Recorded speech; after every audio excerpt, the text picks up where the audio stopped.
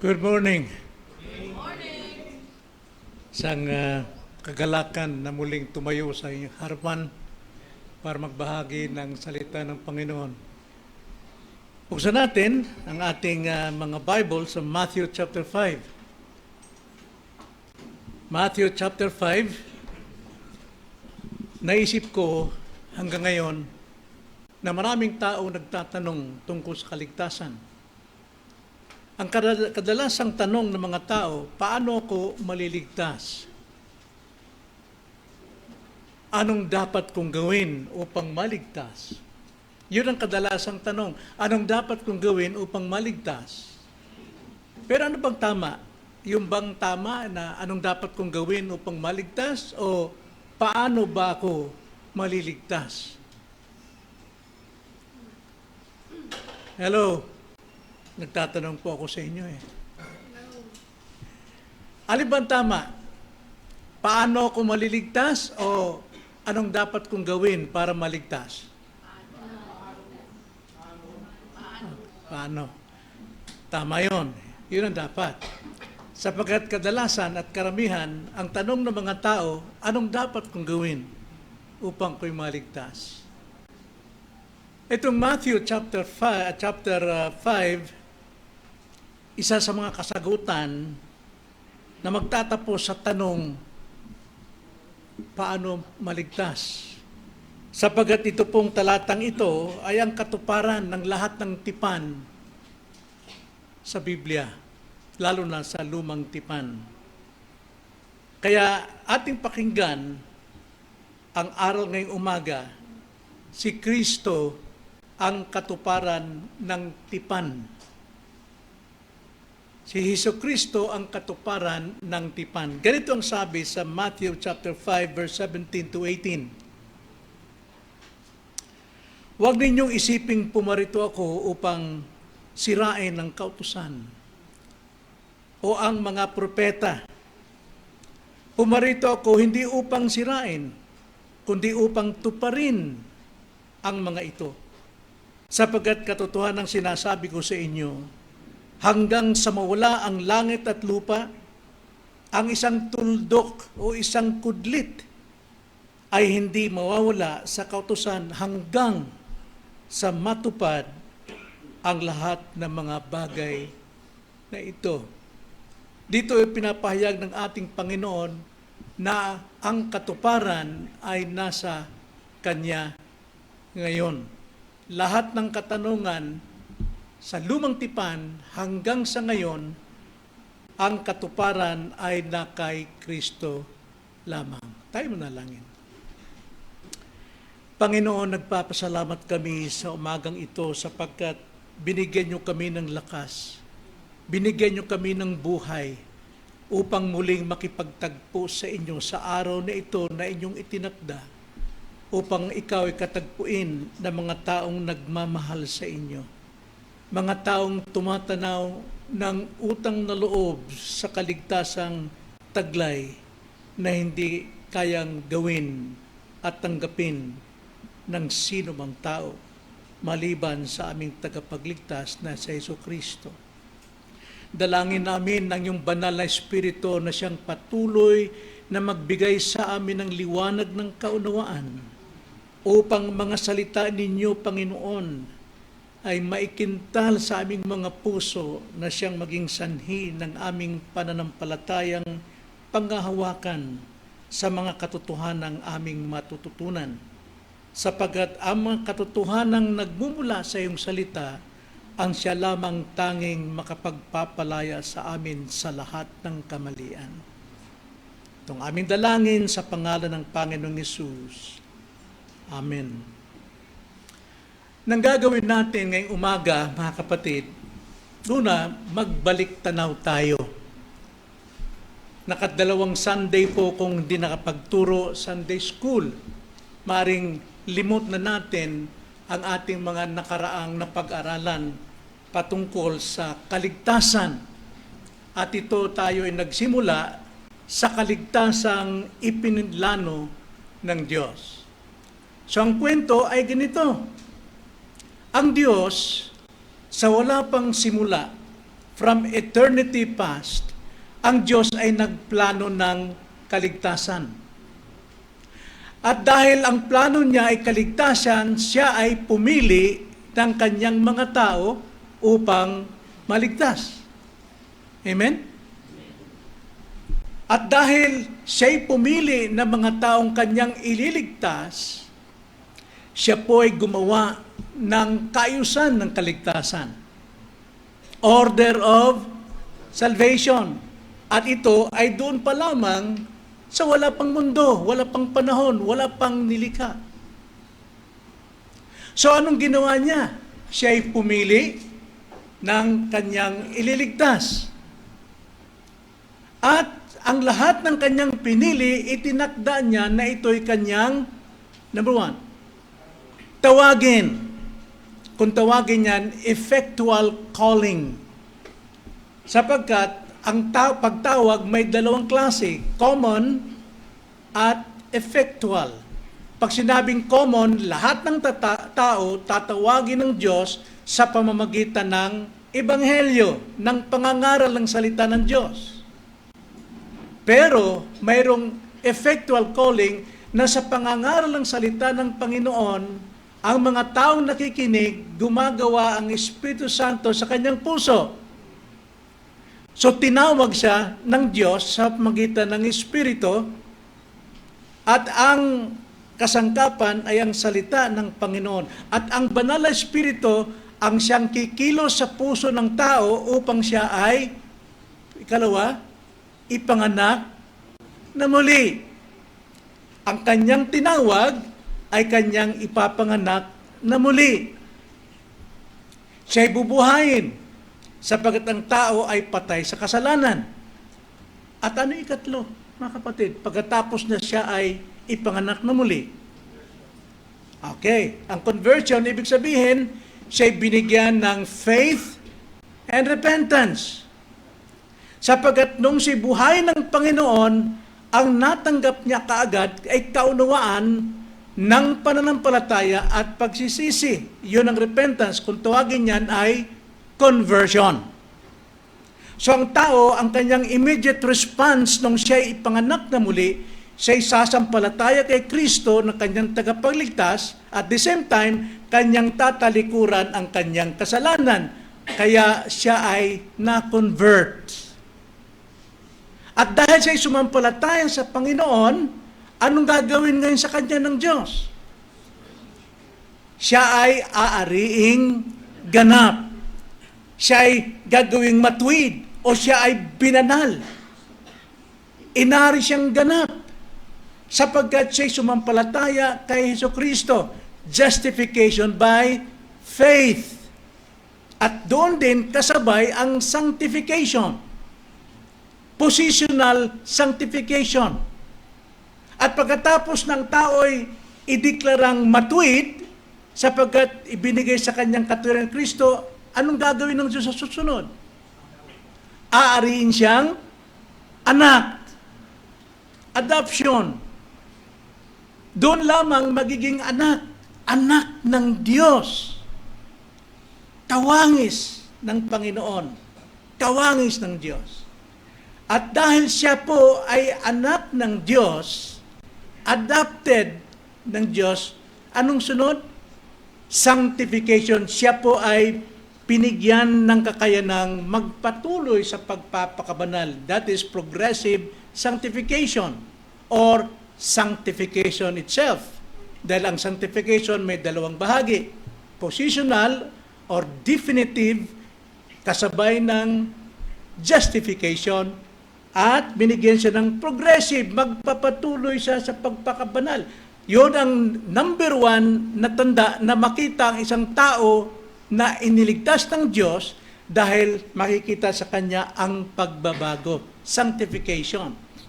Then pagkatapos doon sa sanctification, anong kasunod ginawa ng Diyos?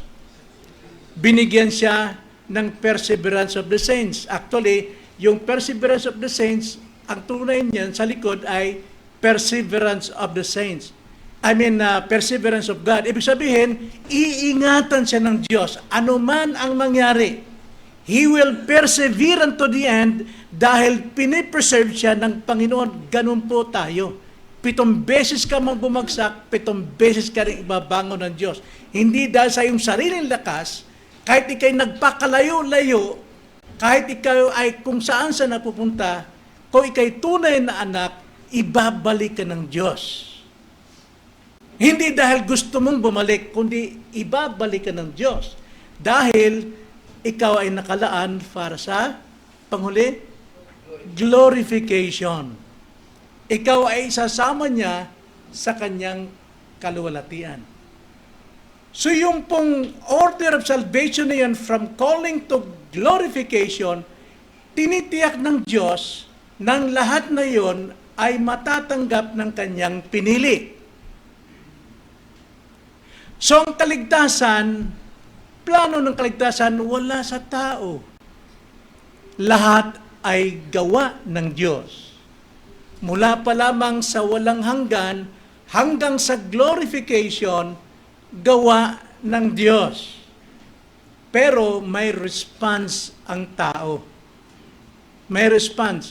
Sa nagsisimula, sa regeneration, may response silang magsisi at sumampalataya. Pagdating naman sa sanctification, may response din silang magpakabanal, magpakalago tungo sa larawan ni Kristo. At mayroon din silang response sa ating pananatili hanggang wakas dahil tayo po ay iniingatan ng Diyos. So lahat ng iyon ay itinakda ng Diyos na mangyari sa lahat ng kanyang pinili sa takdang panahon. Ngayon, paano may sasagawa ng Panginoon ang lahat ng iyon sa kanyang mga hinirang? Wala pang mundo, wala pang sanlibutan. Plano pa lang yun. Ang ginawa niya, nilikha niya ang kasaysayan. Ang buong kasaysayan. Ang Diyos ang nagpasimula. At paano ito nagsimula? Creation. Nagsimula sa paglikha. Ang kasaysayan po ng kaligtasan or the history of salvation sa kadalasang binabanggit sa ating pong Reformed theology is redemptive history. Okay? O history of salvation. Mga kapatid, ay matutulad sa isang telon sa sinihan. Nakita na ba kayo ng sinihan? Okay.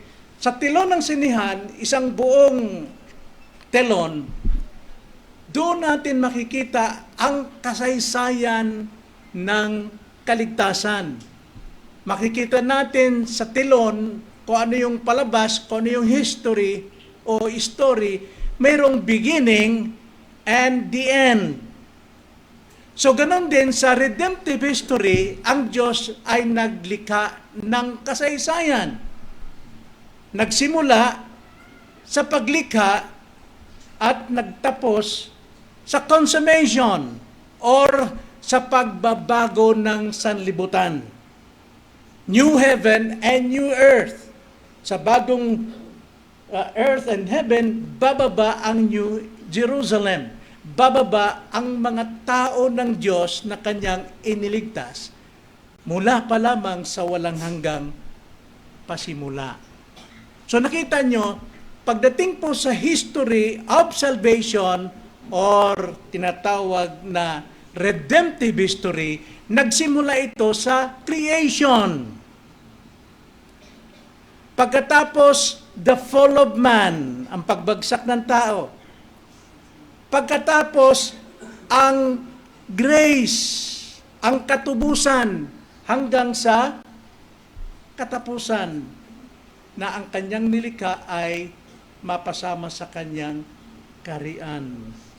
So nakita natin mga kapatid, itinakda niya na mangyari sa bawat isa ang kanyang order of salvation at ito ay napapaloob sa history of salvation, Historia Salutis kung tawagin. Doon naman sa Order of Salvation ay Ordo Salutis.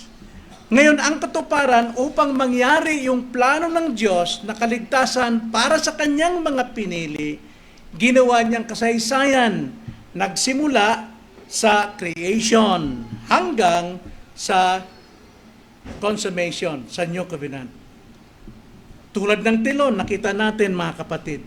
Ngunit ang buong kasaysayan ng kaligtasan, history of salvation, redemptive history mga kapatid, ay nasasakop po sa tatlong tipan. Mayroon pong tatlong covenant. Yung buong kasaysayan ng kaligtasan nasasakop sa tatlong tipan. Kung tawagin to, una, covenant of redemption. Ikalawa, covenant of works. And thirdly, covenant of grace.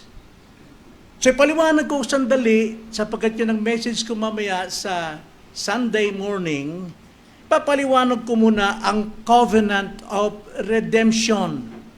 Na yung pong tipan ng katubusan, ito po ay ugnayan o kasunduan ng Trinidad doon sa eternity past. Wala pang mundo, wala pang daigdig, nagkasundo na ang tatlong personang iisang Diyos. Kung tawagin yan, Covenant of Redemption. Tipan sa pagitan ng Trinity. Isang halimbawang talata ay sa John 6:38 to 39. At sa sunod naman, John 10:18. At ang isa ay Luke 22:29. Na tingnan po ninyo sa inyong Biblia para mapatunayan nating tama ang ating pinapakinggan. Kasi mahirap kung nakikinig lang tayo, hindi natin nakikita sa ating Bible. Pwede tayo makinig ng kasinungalingan. Di ba? Okay. Unang-una, John 6:38-39, dito natin nakikita na mayroon pong usapan, may agreement ang Trinity. Tatlong persona sa isang Diyos. Ganito ang sabi, sapagkat ako'y bumaba. Sino itong nagsabing sapagkat ako'y bumaba? Si Jesucristo. Mula sa langit, hindi upang gawin ko ang aking sariling kalooban, kundi ang kalooban na nagsugo sa akin. Sino nagsugo sa Kanya? So mayroon ng usapan doon pa lamang sa walang simula. From eternity past. At ito, ang kalooban na nagsugo sa akin, na sa lahat ng ibinigay niya sa akin ay huwag kong iwala ang anuman, kundi muli kong bubuhayin sa huling araw. So mayroon pong covenant doon po sa eternity past ng katubusan. Si Kristo po, ang Ama, ay mayroon pong agreement tungkol sa planong kaligtasan. John 10:18. Walang nag-aalis nito sa akin, kundi kusa kong ibinibigay. Ano yung binibigay? Ang kanyang buhay. No? May kapangyarihan akong ibigay ito at may kapangyarihan akong kunin ito muli. Tinanggap ko ang utos na ito mula sa aking Ama. So there was an agreement between the Father and Son from eternity past. Kung tawagin yan is covenant of redemption. Mayroong tipan ng katubusan, ng kaligtasan. Then Luke 22:29. Ang sabi ni Jesus Christ, at inilalaan ko sa inyo kung paanong ang Ama ay naglaan para sa akin ng isang kaharian. May kasunduan na naman dito ang Ama at ang Anak. Ang Anak ay magbibigay sa atin ng kaharian tulad ng sinabi ng Ama na ibibigay naman sa Anak ang kahariang ito. So yung pong ibig sabihin, covenant of redemption. Then ikalawa, nangyari ang covenant na ito, nagsimula nung creation. Bakit po? Bumagsak ang tao sa kasalanan. Pero bago sila bumagsak sa kasalanan, mayroong covenant of works. Ito naman ay ugnayan ng Diyos at kay Adan at Eva. Covenant of works, tipan ng paggawa. Sabi nila ito yung kaligtasan. Now, actually, yung tipan na ito na gagawin ni Adan at ni Eva ay usapan ng Diyos at kanila. Ganito po ang sabi sa basahin natin ang Genesis 1:26 hanggang 28. Ganito po ang pagkakasabi. Sinabi ng Diyos, lalangin natin ang tao sa ating larawan, ayon sa ating wangis, at magkaroon sila ng pamamahala sa mga isda sa dagat, sa mga ibon sa himpapawid, sa mga hayop sa buong lupa, at bawat gumagapang sa ibabaw ng lupa. Now, take note, ang sabi rito, magkakaroon sila ng pamamahala. Mayroon silang gagawin sa lahat ng creation.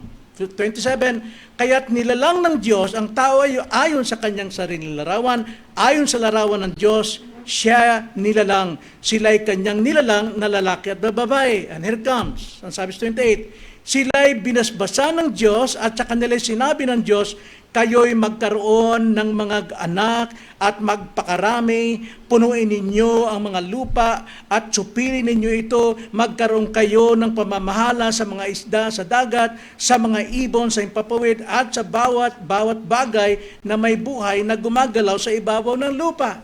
Ito yung kasunduan ng Diyos at sa unang tao si Adan at si Eva na kanilang i-maintain ng kanilang buhay. Anong buhay nila? Ano yung buhay nila? Ang buhay nila ng una, wala pang kasalanan, ay very good, excellent, perfect, but not eternal. Sapagkat mayroon silang free will, nagagawin nila ang lahat ng utos ng Panginoon para i-maintain nila ang kanilang buhay, pero gagawin din ang lahat ng paraan para wag nilang suwayin ang Diyos sa pinagbawal. So, kanilang ipagpapatuloy, gagawin nilang i-maintain ang buhay by works at kailangan nilang i-maintain na huwag lumabag dahil mamamatay sila. Again, Genesis chapter 2, verse 15 to 17. Ganito ang sabi. Kinuha ng Panginoong Diyos ang lalaki at inilagay sa halamanan ng Eden upang ito ay kanyang bungkalin, trabahuin. At iniutos ng Panginoon Diyos sa lalaki at sinabi, malaya kang makain mula sa lahat ng punong kahoy sa halamanan.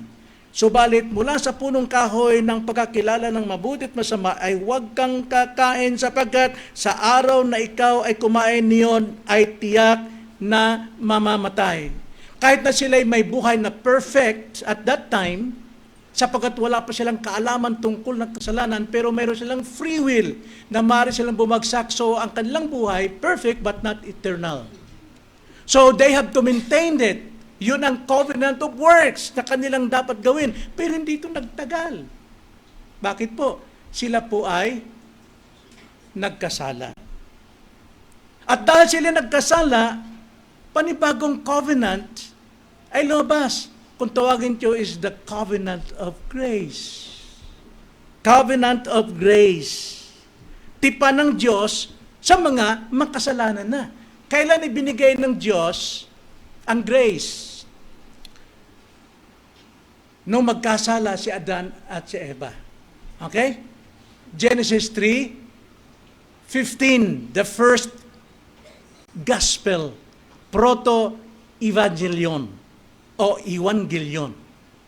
Now, bago ibigay ng Panginoon ang Ebanghelyo, siya muna ang tumawag kay Adan sapagkat si Adan ay nagkasala at nawawala. Anong sabi ng Diyos? Adan, where are you?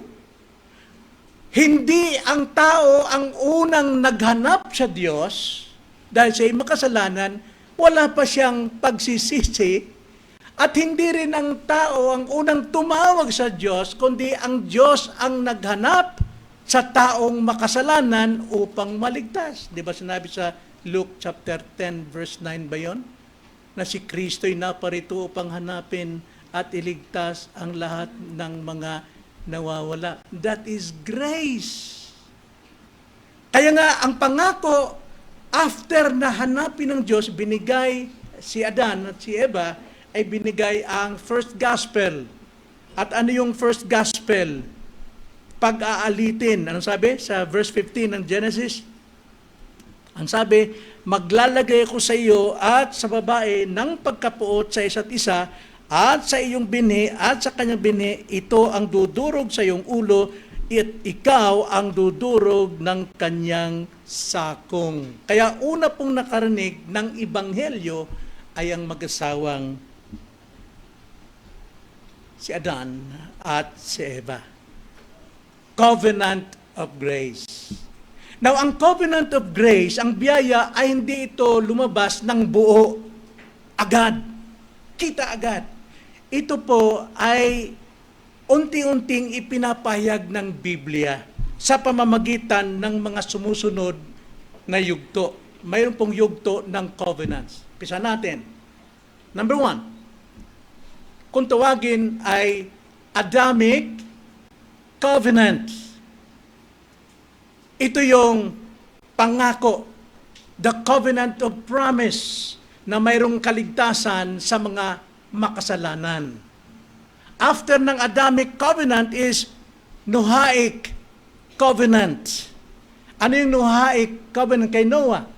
After ng tao ay magunaw sa pamagitan ng baha, nangako ang Diyos sa tao kay Noah na hindi na muling gugunawin sa baha ang mundo. At ang tanda ay ang rainbow. At pagkatapos, nagsimula na naman ang panibagong lahi. Nagmula kay Noah hanggang kay Abraham. Pero ang mga tao doon ay patuloy pa rin sa pagkakasala. Kaya nagkaroon ng ikatlong covenant. Anong tawag doon? Abrahamic covenant.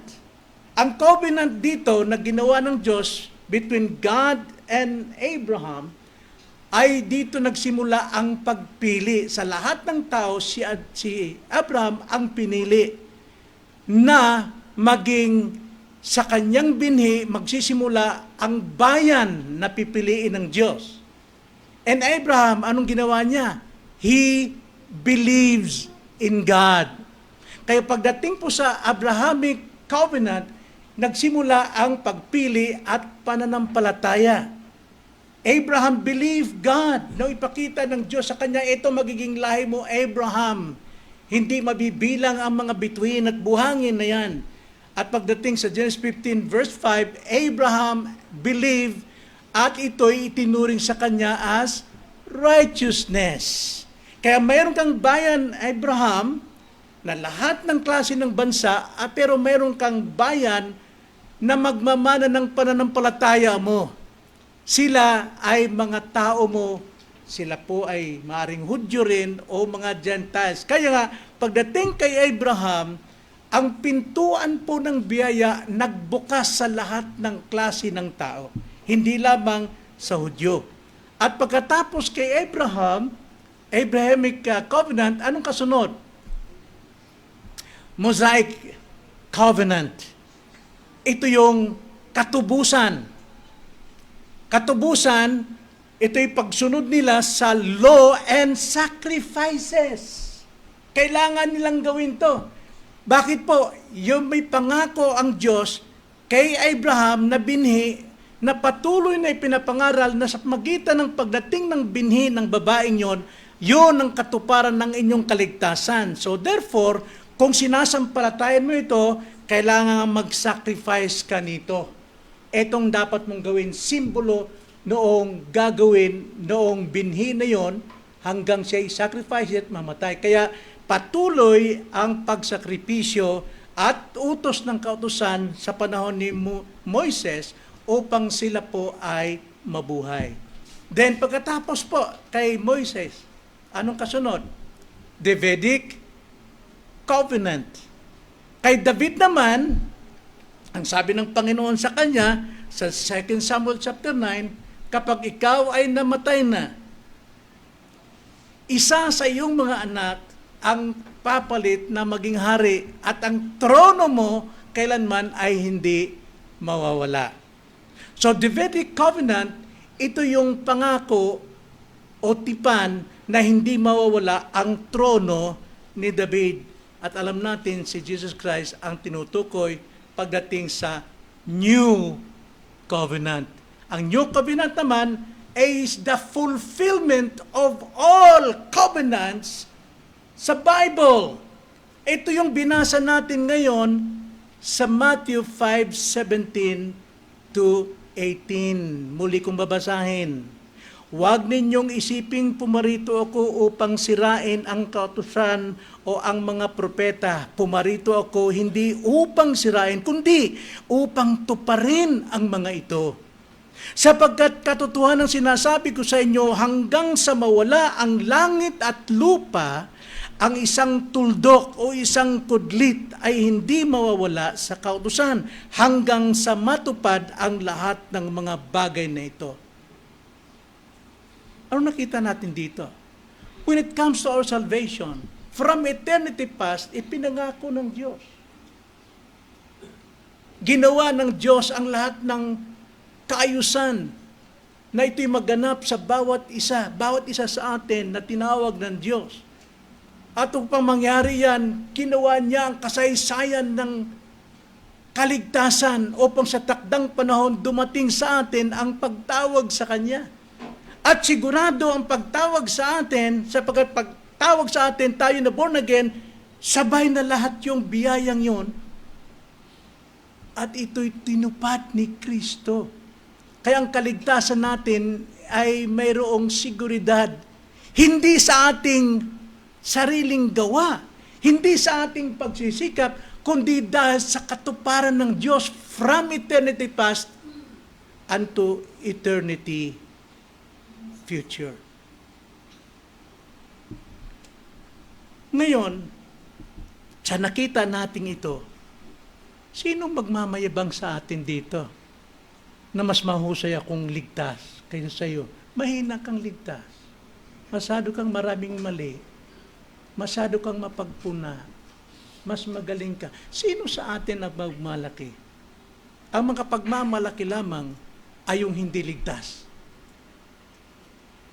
Sapagkat ang totoong naligtas ay mayroong pag-ibig, pagmamahal, pagsunod, pagpapakbaba sa kanyang tagapagligtas.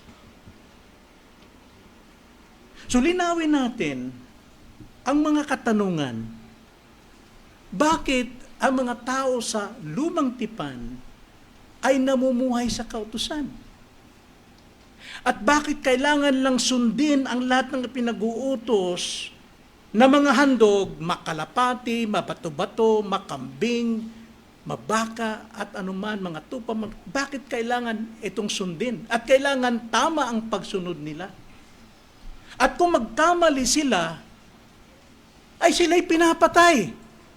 Sila'y pinaparusahan tulad ni Abihu at si Nadab, na mali ang kanilang ginagawang pagsamba, ay pinatay sila. Kaya ang tanong, paano sila maliligtas at mapapatawad sa kanilang mga kasalanan? Sa pamamagitan ng pagtupad sa kautusan at mga alay, sakripisyo, gayong wala namang nakakatupad nito. Anong kaugnayan natin dito sa ating present life sa sovereign grace? Na tayo nandito sa covenant of grace.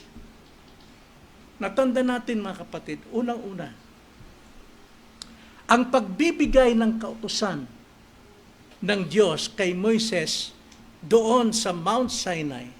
Now remember this.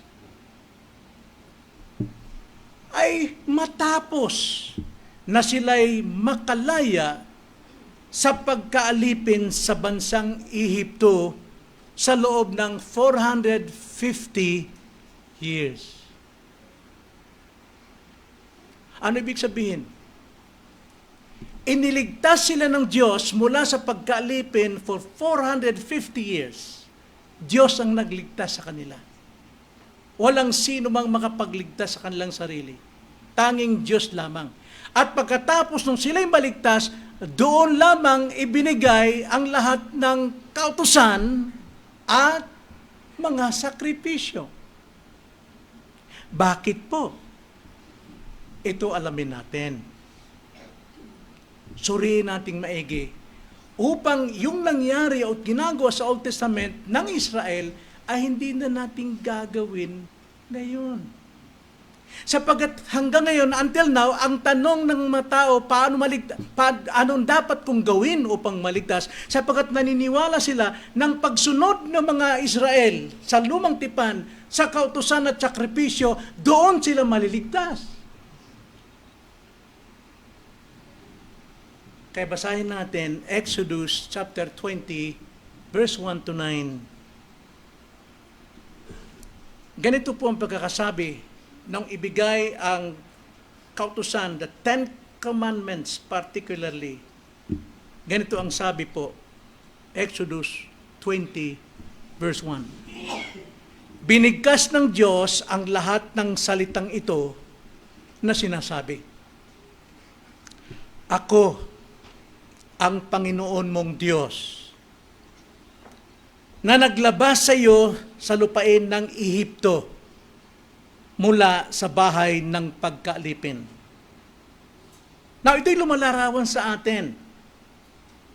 Tayo po ay alipin ng kasalanan. Ang tao po'y alipin ng kasalanan from the beginning. At kung tayo po, tulad ko, ipinanganak 1950, I was then slave of sin. Doon pa lamang sa sinapupunan ng aking ama hanggang 1987. Sapagkat 1987, doon ako pinalaya ni Jesucristo. At ito ngayon, ang ipinapakita ng Diyos kay Moises tungkol sa kanilang kaligtasan. Sapagkat ang Old Testament is shadow, anino, pagdating dito sa atin sa New Covenant. Kaya sabi rito, binigkas ng Diyos ang lahat ng salitang ito. Ano lahat salitang ito? Utos. Makikita natin sa context. Na sinasabi, tandaan mo Moises, ako ang Panginoon mong Diyos na naglabas sa iyo sa lupain ng Ehipto mula sa bahay ng pagkalipin. So therefore, pinalaya ko kayo, iniligtas ko kayo sa pagkalipin sa napakahabang panahon. Kaya nga, pakinggan mo ito, ibibigay ngayon ang utos. Kaya nga, therefore, verse 3, huwag kang magkakaroon ng ibang mga Diyos sa harap ko. Huwag kang gagawa para sa iyong sarili ng inukit na larawan o anumang kawangis ng anumang nasa langit sa itaas o ng nasa lupa sa ibaba o ng nasa tubig sa ilalim ng lupa. Huwag silang yuyukuran o paglingkuran man sila, sapagat akong Panginoon mong Diyos ay Diyos na mapanibuguin. Tandaan yan, mapanibuguin. Na aking pinarurusahan ang mga anak dahil sa kasamaan ng mga magulang, hanggang sa ikatlo at ikaapat na salinlahi ng mga napupuot sa akin. Ngunit pinagpapakitaan ko ng wagas na pag-ibig ang libo-libong umiibig sa akin at tumutupad ng aking mga utos. Huwag mong babanggitin ang pangalan ng Panginoon mong Diyos sa walang kabuluhan, sapagat hindi pawawalang sala ng Panginoon ang sino mang gumagamit ng kanyang pangalan sa walang kabuluhan. Alalahanin mo ang araw ng Sabat upang ingatan ito. 6 na araw kang gagawa at iyong gagawin ang lahat ng iyong gagawin. Ngunit ang 7 araw ay Sabat sa Panginoon mong Diyos. Sa araw na ito ay huwag kang gagawa ng anumang gawain, ikaw o ang iyong anak na lalaki, ang iyong anak na babae, and so on and so forth. Now, balikan natin. Bakit ibinigay ang kautusan ng Diyos kay Moises? Ibinigay ito ng Diyos after na sila'y maligtas sa pagkalipin, unang-una upang sila ay makakilala sa Diyos na ang Diyos ay banal. Pag sinabi pong banal, kaisa-isa siya, wala siyang katulad, hindi siya pwedeng ikumpara sa sino mga Diyos-Diyosan sa palibot ng buong daigdig na tinitirhan ng bayang Israel. Kailang makilala ng mga tao na ang kanilang tagapagligtas na Diyos kaisa-isa, hindi tulad ng sinasamba ng mga idols sa lahat ng bansa. God is holy. Ang Diyos ay banal. Huwag natin ikumpara sa salapi, huwag natin ikumpara sa trabaho, huwag natin ikumpara. Huwag tayong sumamba sa anumang mga bagay. Pakabanalin natin ang Diyos. Only worship God. Even Satan, pinagsabihan ni Jesus Christ. Wala kang ibang dapat paglingkuran at sambahin maliban sa Diyos mo lamang, ang sabi ni Jesus kay Satanas.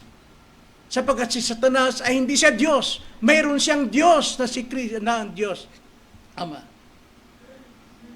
Dapat nating itangi ang Diyos. Dapat nating siyang sambahin.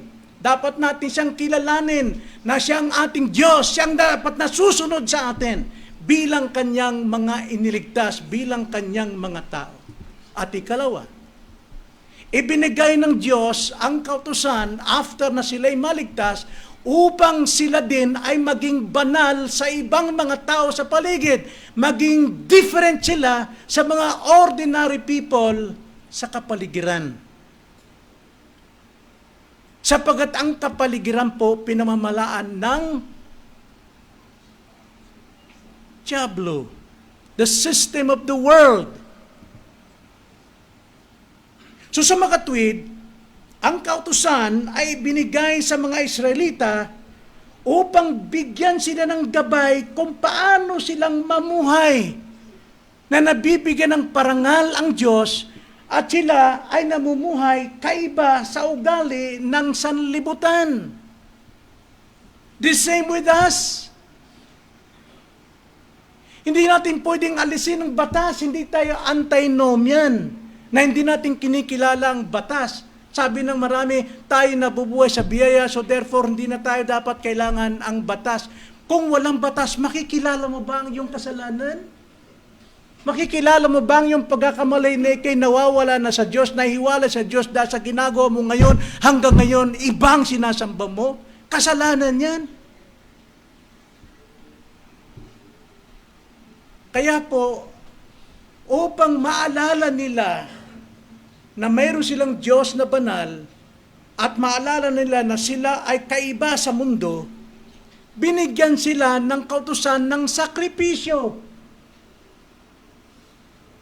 Magbigay sila kung ano yung hinihingi ng Diyos.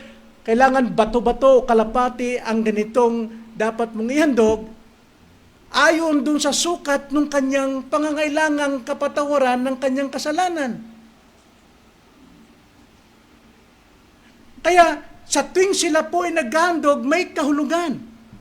Naghahandog sila sapagkat para sila'y mapatawad, temporary doon sa kanilang ginagawa, pero naghahandog sila dahil may pananampalataya sila sa tunay na katubusan, si Kristo. Kaya bawat utos sa kautusan na kailangan sumamba ka, mag-alay ka ng ganito, ginagawa nila yon dahil sila namumuhay sa pananampalataya sa darating na tagapagligtas.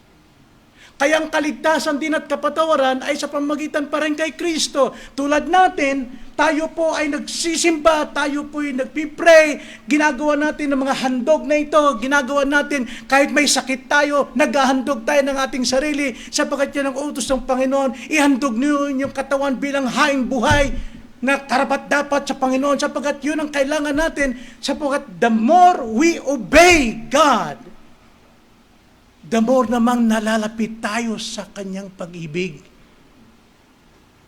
Kaya nga habang sila nagsasakripisyo, pinapakita nilang kanilang respeto at pagmamahal sa kanilang tagapagligtas, at sila naman ay napapalapit sa pag-ibig ng Diyos. Kaya kung hindi tayo naghahandog, nagkakasala tayo, nawawalay tayo sa Diyos. Huwag mong sabihin, wala ka na. Sa isip mo lang, nasa Diyos ka pa rin. Pero actually, 1 taong ka nang wala.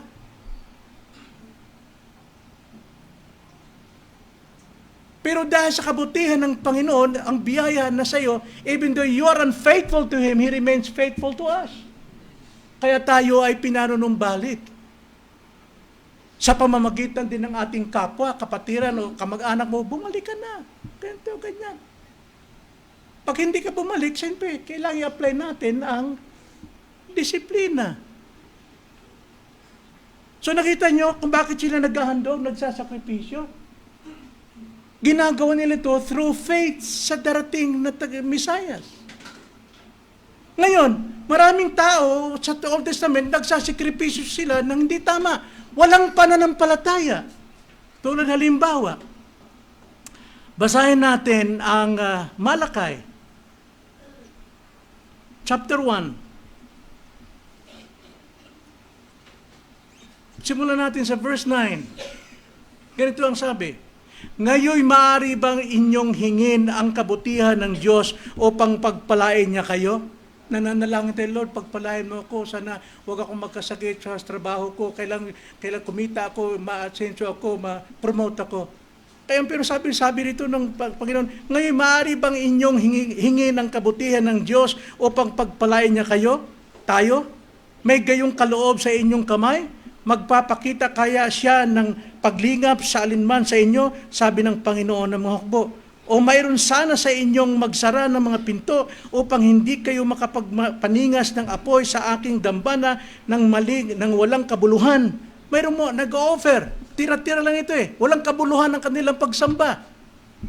Hindi ko kayo kinalulugdan, sabi ng Panginoon ng mga hukbo, at hindi ako tatanggap ng handog mula sa inyong kamay, sapagkat mula sa sikatan ng araw hanggang sa nilulubagan ninyo, dakila ang aking pangalan sa mga bansa, at sa bawat dako'y paghahandugan ng kamanyang ang aking pangalan, at ng dalisay na handog, sapagkat ang aking pangalan ay dakila sa gitna ng mga bansa, sabi ng Panginoon ng mga hukbo. Ngunit inyong nilalapastangan iyon sapagkat, o kapag inyong sinasabi ng hapag ng Panginoon ay nadudungisan, at bunga nito ang pagkain niya ay hamak. Sinasabi rin ninyo, nakakasawa na ito. At inamoy-amoy pa ninyo. Sabi ng Panginoon ng mga hukbo, dinadala ninyo ang nakuha sa dahas, ang pilay at ang mga may sakit, at itong dinadala ninyo bilang handog. Tatanggapin ko ba ito mula sa inyong kamay? Ano bang ihandog sa atin? Hindi hayop, ating sarili. Dadalhin natin sa ating pagsamba, inihandog natin katawan, pero giba-giba, sira-sira, tira-tira. Mayroong kapintasan sapagkat nandun ka sa sanlibutan. Tatanggapin ko ba yan? Kaya nga kapag tayo po ay sumasamba, dahil napipilitan lamang tayo, hindi po tinatanggap ng Diyos yan. Kaya ibinigay po ang mga sakripisyo sa lumang tipan sa mga Israel upang sila po'y maging tapat sa kanilang panampalataya sa darating na tagapagligtas. At ang kanilang ginagawang paghahandog kahit sila mayroong problema, kahit kinakapo sila at hinahandog nila ang kanilang mga alay, nalalapit sila sa pag-ibig at presensya ng Diyos. Ganon din sa atin. Marami tayong dahilan, pero napipilitan tayo, baka tayo ay sitahin ni pastor, hindi tinatanggap ng Diyos yan. God loves us. And He first loves us before we loved Him. Kaya nga yung pag-ibig natin sa Panginoon, nagsasakripisyo tayo, we bring a sacrifice to God, bunga ng ating pagmamahal sa Diyos. At dahil bunga ng ating pagmamahal sa Diyos, ang Diyos din ay nagmamahal sa iyo sapagkat nakikita niyang kanyang pag-ibig na ipinamumuhay mo. Kung marami kang reasons, mga kapatid, hindi nagugustuhan ng Diyos yan. Pero sa ngayon panahon, ginagawa nilang sakripisyo ni Dada Abayho. Mga Kristyano ngayon, sasamba mo na ako kasi nakakahiya na eh. Mamaya total, alam mo ng Diyos lahat yes, alam ng Diyos. Ang ginagawa mo, hindi niya nagugustuhan.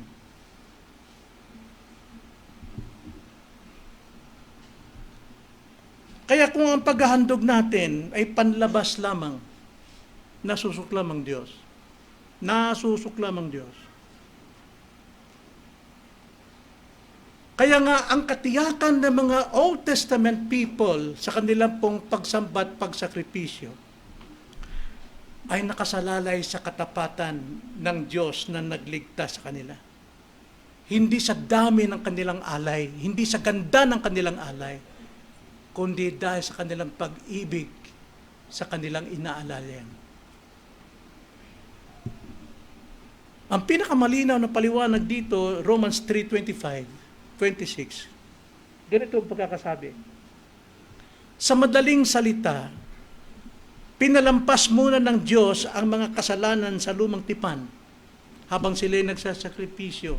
Dahil ang sakripisyo po ay hindi makapagpalinis at patawad ng kasalanan, but their faith doon sa Diyos.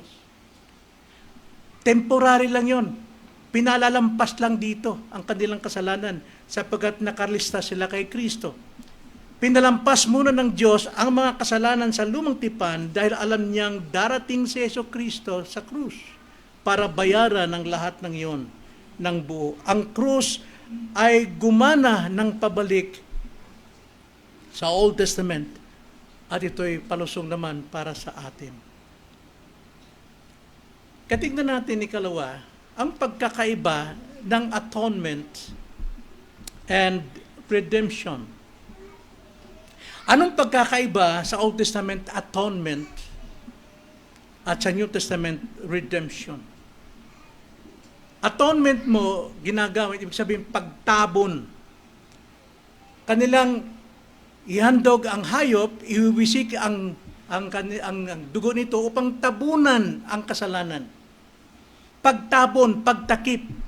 Ang kasalanan ay tinatakpan para hindi makita ng puot ng Diyos. Temporarily.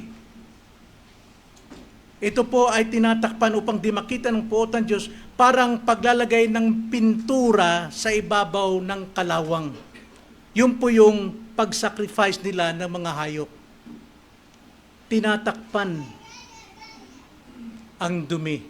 Temporarily. Redemption naman, pagdating po sa New Testament, ay paghuhugas at paglilinis. Ito na yung katuparan kasi, redemption eh. Ang kasalanan ay hindi lamang inaalis, hinuhugasan pa at nililinis ang konsyensya noong nagkasala. Ganon po ka-perfect ang forgiveness ng Diyos. Kaya nga, nung tayo po ay naging Kristiyano, forgiven sa lahat ng ating kasalanan, wala na po sa ating konsensya ang ating past sins, ang ating present sin, at future sin, hinugasan na yan. Maliban sa ating actual sins, nagagawa pa rin natin. Kaya madali tayong mag-confess because linis na ang ating kasalanan sa lahat-lahat eh. Kaiba po yung redemption, sapagkat hindi lang basta inalis, kundi hinugasan, nilinis. Ang atonement po, tinakpan lang parang pintura na pininturahan ng kalawang. Psalms 103 verse 12, ganito po ang pagkakasabi.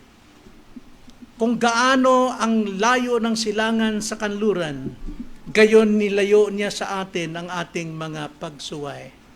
Ganon po ang redemption, ang paghuhugas. Ang katiyakan ay nagmumula sa salita ng Diyos. Hebrews chapter 11, verse 13. Hebrews chapter 11, verse 13. Ganito po ang pagkakasabi. Ang lahat ng mga ito ay namatay sa pananampalataya na hindi tinanggap ang mga pangako, ngunit mula sa malayo ang mga iyon ay kanilang natanaw at binati. Kanilang ipinahayag na sila'y pawang mga dayuhan at manlalakbay sa ibabaw ng lupa. Lahat po yun, namatay sa pananampalataya din. Ginagawa nila, hindi yon covenant of works na kailangan gawin mo ng sakripisyo, sundin mo lang maigit talaga ang batas para maligtas ka. Tapos na po yun eh. Covenant of works ay sa creation, nung hindi pa nagkasala ang tao. Kaya anong kaugnayan nito sa atin? Sa lumang tipan, ay masisabi natin na ang kanila pong kapatawaran ay matutulad sa ah, credit card ng Panginoon sa isang credit card.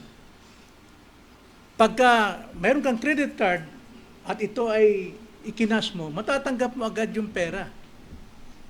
Ganon. Pero, ang totoong pagbabayad susunod. Ganon din ang kanilang pagsakripisyo, tanggap agad nila ang kapatawaran. Because they obey God by faith. Pero yung fulfillment ng kanila pong kapatawaran ay pagdating kay Jesucristo. But they're forgiven. Kaya sa magitan ng panampalataya, sila ay naligtas. Tayo din sa magitan ng panampalataya, tayo naligtas. Kaya nga ang taong matuwid ay namumuhay sa pananampalataya. So anong kaugnayan ito sa atin mga kapatid? Napakapalad natin. Napakapalad natin ngayon. Sapagkat ang katubusan ay hindi sa pamagitan ng paghahandog. Ang katubusan natin ay ginawa ni Kristo. Nasa fulfillment na tayo.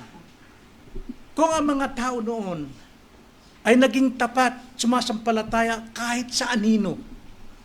Anino lang yun eh. Na hindi nila nakikita ang realidad. Gaano pa kaya tayo ngayon? Nandito na tayo sa realidad. Ginagawa pa rin natin ang kasalanan sa Old Testament, binabaliwalan natin ang sakripisyo, ang paghahandog para sa pag-aalay at pagsamba.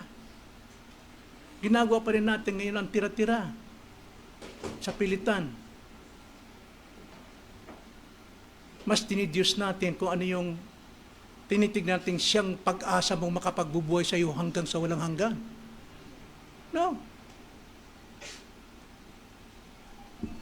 Alam mo kayo na ang devotion ng kalalakihan is Psalms 49? Huwag kayo matakot sa mga yumayaman at mainggit sa mga yaman sapagkat kahit ano pang yaman nila, mamamatay din sila. Hindi sila maililigtas ng kayamanan. Hindi tayo maliligtas sa ating mga ginagawang kabutihan. Kaya kung sila ay naging tapat at sumasampalataya sa anino lamang, gaano pa tayo ngayong nasa realidad na? Dapat mamuhay tayo sa pananampalataya.